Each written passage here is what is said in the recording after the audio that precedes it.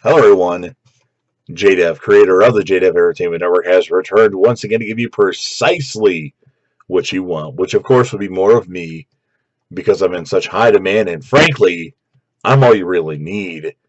Giving all of you my early recap of the most recent episode of The Walking Dead. Before I do that, of course, I always warn everybody if you're not caught up to where I am in The Walking Dead, and that would be up and through episode 10 of season 10, then I highly suggest that you don't watch this video to stay away from any forthcoming spoilers. And there's a few things I would like you to do if you could.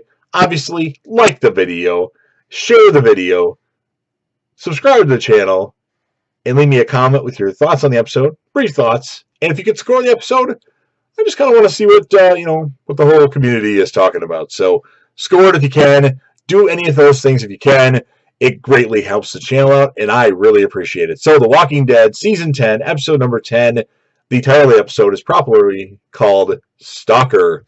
And we started out with Beta and some other whisper in the middle of nowhere with an RV, and they move some furniture, and it reveals like a passage, a tunnel that leads somewhere. So that intrigued the crap out of me, because that's something I didn't know about. I saw the scene in the trailer for the season of the RV, but I didn't know it was just an RV to go somewhere else.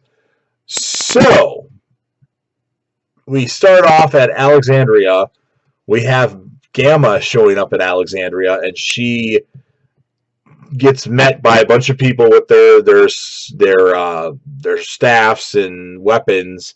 And she tells Gabriel that her friends are in danger because she was leading them to the herd, and Alpha had moved the herd into the cave, and she said that her friends are in danger, meaning some members of the group: Daryl, Aaron, Jerry, Magna, Connie, Kelly, and Carol. And Gabriel doesn't trust her at first, but then he does. He changes his mind. But Rosita still doesn't trust her, so Rosita punches her lights out. That was pretty funny. Next, we have Daryl, who is following. He got to the point of the entrance of the cave, and he's following Alpha with some of her whisperers around, kind of stalking her. It leads me to believe in this episode who the actual stalker is. Just a hint. In addition, Gamma is put in Negan's cell. Well, I don't know if it's really Negan's anymore, but it was the cell that he used to stay in. And then Gabriel's like, you're going to have to do better than that for us to believe you and trust you. And then so Gamma admits to Gabriel and Rosita that she killed her sister for Alpha. And that was pretty crazy, and I think Gabriel definitely believes her. Rosita's like, okay. We also have Daryl and Alpha have a brutal encounter where Alpha gets cut right above here, and Daryl gets stabbed right in the lower thigh above his knee. And he leaves the knife in there for a while. But it was just brutal. It was quick, but it was pretty brutal, in my opinion. My opinion, of course. We have a scene with Gabriel, who tells members of the group that's left at Alexandria right now. It's kind of a thin group.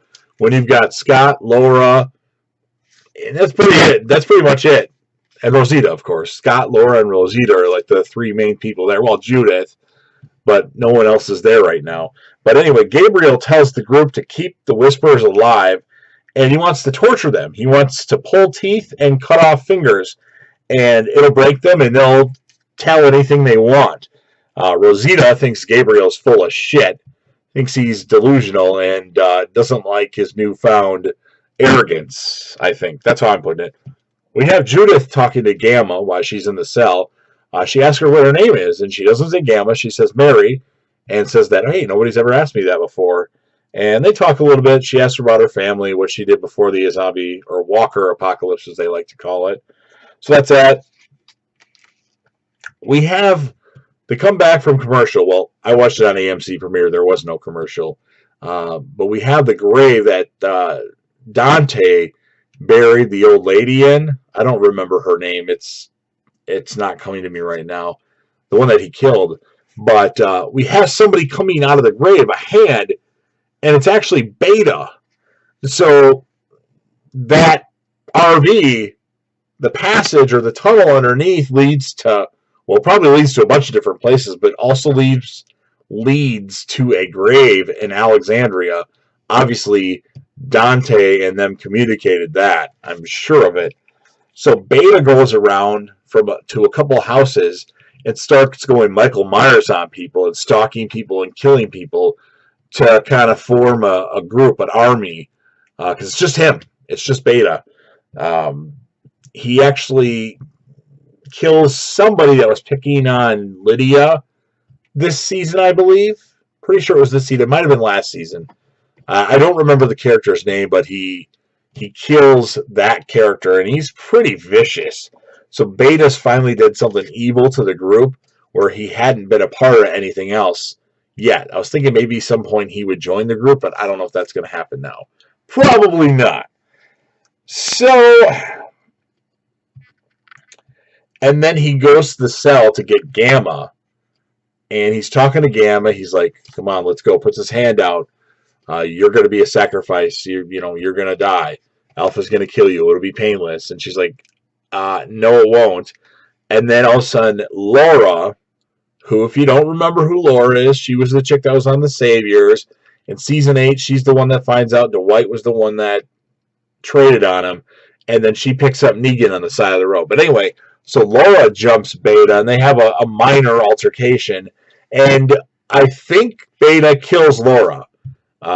And she had a little bit more stuff to do in this episode, so I'm pretty sure that's the case.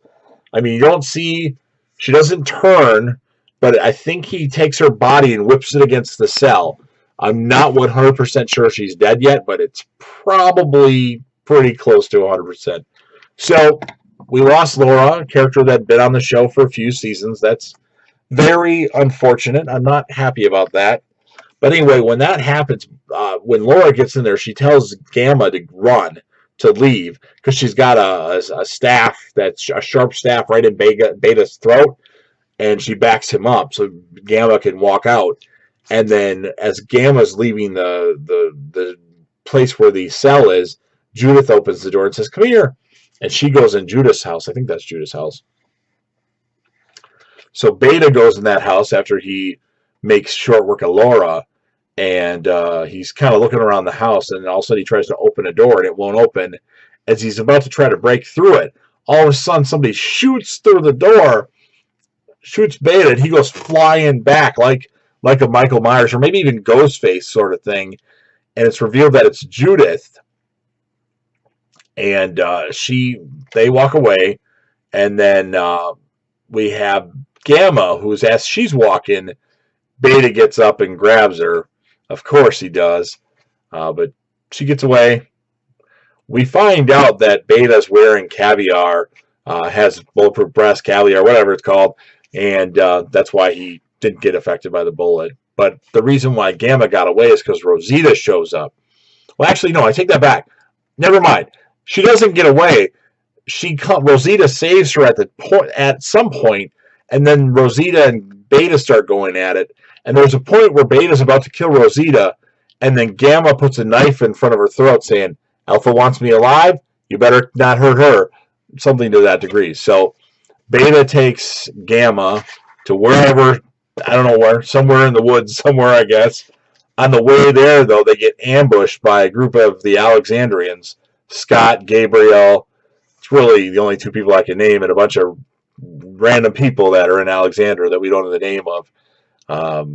Beta had got away. Gamma went down to the ground, and so that's that. Gamma has to explain right there that I'm on your side. I did this to help your people. Otherwise, Gabriel for a second wants to do something bad, but he changes his mind. So that's that. We go back to Daryl and Alpha, who had their crazy encounter, and they're both like out of it. They're both so beat after it. Daryl's laying over in this place, Alpha's laying over here, and they're kind of hallucinating a little bit. At one point, Alpha bangs, before all this happened, well, not before it happened, but I read a little bit ahead. There's a point where Alpha has her shotgun and keeps banging it against the wall, and it summons a few walkers to come. They walk past her to Daryl, and Daryl has to fend the walkers off. On the third one, he takes the knife that's in his thigh and stabs the walker with it, and then blood just goes everywhere. That fight was pretty brutal. But anyway, they're both out of it. Alpha's kind of hallucinating, and then all of a sudden she sees Lydia, and it's really Lydia, and she wants Lydia to kill her. She's like, "You're ready to take over now, my sweet sweet," and Lydia won't kill her mom. Then Alpha passes out eventually again, and when she wakes back up, Daryl's gone, and there's like a note for her. And then we go to Daryl and Lydia. Lydia helped Daryl out, and he's like, "Why didn't you kill her?" And she's like, "Would you kill your own dad?" And Daryl kind of doesn't really answer the question. So that's that. We have a quick scene at Alexandria where Gabriel is talking to Aaron, I believe, and said Dante did this, and he points at the grave that Alpha entered, or not Alpha, god damn it, that Beta entered Alexandria through. So lots of developments. The episode ends with Alpha laying on the ground, helped out by two whispers, and she starts singing, saying that, "I'm reborn. I feel more powerful than ever." So really crazy episode. I did listen to spoilers for this episode, so I knew what was going to happen, and everything happened the way the spoilers went. So with that in mind, I enjoyed the Beta stuff. It was pretty entertaining. I wish Laura would have had a more prominent role before she died, if she's dead, which we're led to believe. I'll give the episode a 9.0 out of 10 because it was a good episode. And make sure you guys like the video. Make sure you share the video. Make sure you comment on the video and subscribe to the channel. That helps out. I'll answer all comments, or I should say I'll respond to all comments. And of course, you all know that JDev, creator of the JDev Entertainment Network, will be back again soon with another piece.